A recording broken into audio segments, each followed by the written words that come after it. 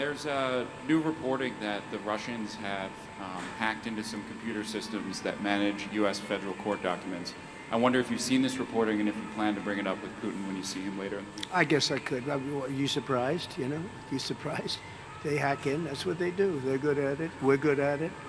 We're actually better at it. But no, I have heard about it. I've heard about it.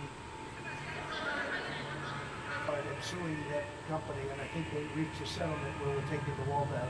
Mr. President, how were your calls this morning with European leaders, and was it your call not to invite President Zelensky to your meeting with Putin? No, just the opposite. No. We had a very good call. He was on the call. President Zelensky was on the call. I would rate it a 10, you know, very, very friendly. But we have a real problem there. We're well over budget. No, it was always going to be, I was going to meet with President Putin, and then after that, I'm going to call the leaders and President Zelensky. I'm going to call President Zelensky, and then I'll call, probably in that order, the leaders. There's a very good chance that we're going to have a second meeting, which will be more productive than the first, because the first is I'm going to find out where we are and what we're doing. Again, this is Biden's war. This isn't my war. He got us into this thing. And it should have never happened. This war would have never happened if I were president. But it is what it is, and I'm here to fix it. And I'm here to stop 6,000, 7,000 people last week. 7,213 people last week were killed, mostly soldiers. But missiles being lobbed into towns don't exactly help either. But mostly soldiers. And Ukrainian and Russian. They're not American soldiers, but you know, if we can save a lot of lives, it would be a great thing. I've stopped 5 wars in the last 6 months. And on top of that, we wiped out the nuclear capability of Iran, obliterated it.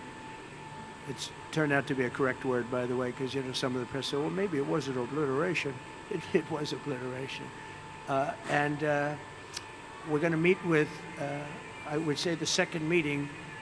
If the first one goes okay, we'll have a quick second one. I would like to do it almost immediately. And we'll have a quick second meeting between President Putin and President Zelensky and myself, if they'd like to have me there. And that would be a meeting where maybe it could be absolutely worked. But the first meeting will not work that out. Certain great things can be gained in the first. It's going to be a very important meeting. But it's setting the table for the second meeting. I think the second meeting, if the second meeting takes place, now there may be no second meeting, because if I feel that it's not appropriate to have it because I didn't get the answers that we have to have, then we're not going to have a second meeting. Thank you, sir. Thank you, sir. And what a shame that is, but that was when I first realized that these people actually want to have open borders. Please. Russia face any consequences if Vladimir Putin does not agree to stop the war after your meeting on Friday? Yes, they will.